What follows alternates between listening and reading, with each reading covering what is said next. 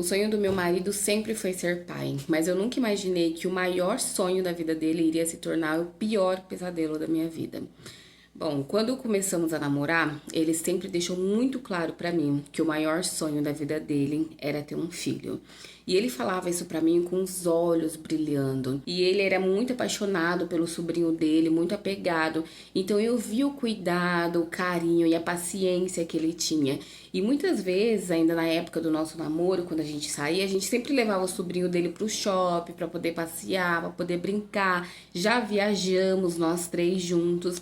E aquilo só me mostrava que ele realmente iria ser um bom pai. E eu também tinha muita vontade de ser mãe, mas é claro que eu queria que as coisas acontecessem tudo no tempo certo, porque pra mim eu tinha que seguir todas as etapas, que era primeiro namorar, depois se casar, curtir o casamento e só depois começar a pensar em ter filhos.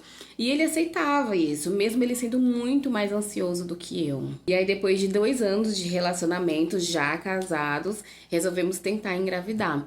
E eu tomava anticoncepcional já havia mais de 5 anos. Então eu imaginei que iria demorar muito para mim poder conseguir engravidar. E quando eu parei, eu fui no médico, fiz todos os exames e ele disse que estava tudo bem comigo, tudo bem com meu esposo, mas que poderia demorar um tempo para poder vingar ali uma gestação.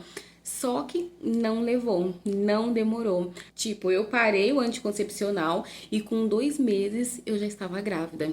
E quando a gente descobriu, foi uma felicidade imensa, porque a gente não esperava que fosse acontecer assim tão rápido, né? Aí eu queria esperar os 3 meses, né, pra poder contar para as pessoas, mas meu marido estava tão ansioso que ele nem conseguiu esperar. E aí, nesse mesmo dia, ele já ligou pra mãe, pro pai, fez uma chamada de vídeo e já contou ali pra todo mundo. E ele chorava de alegria, dizia que aquele era o dia mais feliz da vida dele. E aí a minha gestação seguia muito bem, até que um dos exames morfológicos, o médico ficou muito sério. Ele ficava passando gel na minha barriga, mexendo, mexendo e muito quieto, muito sério.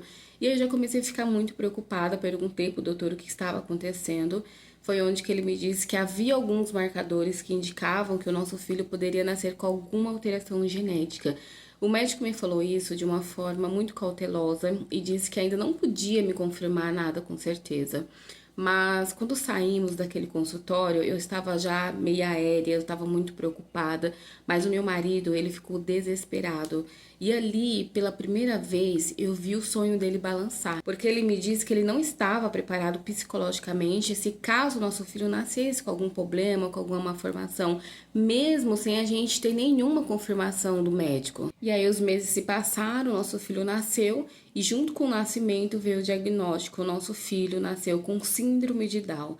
E um tempo depois eu recebi outro diagnóstico, porque o meu filho tinha transtorno do espectro autista nível 3, que é um nível mais severo. E aí o meu filho, nessa época, começou a ter muitas crises intensas, muitos gritos, dificuldade de comunicação. Então ele precisava de acompanhamento constante. E foi ali que eu vi que o sonho do meu marido acabou, tipo, virando um pesadelo. Porque ele não conseguia lidar com toda aquela situação que a gente estava vivendo. Tipo, ele se afastava, ele evitava o próprio filho. E ainda dizia coisas que doía demais, mais do que qualquer coisa. Ele falava que o sonho dele era ter um filho homem, mas para ele poder jogar futebol, para ele poder brincar, para ensinar as coisas. Dizia que aquele filho que ele tinha não era o filho que ele tinha pedido a Deus. E aí quando a gente saía, que o nosso filho tinha crises em público, ele se irritava, ele ficava todo envergonhado, falava até coisas pesadas pro menino, mesmo sem ele estar entendendo nada. E aquilo me deixava muito mal, eu ficava muito arrasada. E foram anos de muitas dificuldades. Cada ano que passava, as dificuldades elas só aumentavam. E durante todos esses anos sempre foram muitas terapias, médicos, muitas crises. Então eu passei muitas noites sem dormir. E eu passava por muito preconceito, porque mesmo as pessoas vendo que meu filho era uma criança ali especial, eu via as pessoas olhando torto, sabe? E não era fácil pra mim, porque cuidar de uma criança típica exige tudo de você, exige muito do seu corpo, da sua mente, da sua alma. E pra piorar a situação, quando o meu filho tinha 2 aninhos de idade, ele foi embora. O meu marido, ele foi embora. Ele virou pra mim e disse com todas as letras que aquilo não era pra ele. Ele chamou o nosso filho de aquilo, que ele não queria ser pai de uma criança daquele jeito, que aquele não era o sonho que ele tinha sonhado e simplesmente foi embora.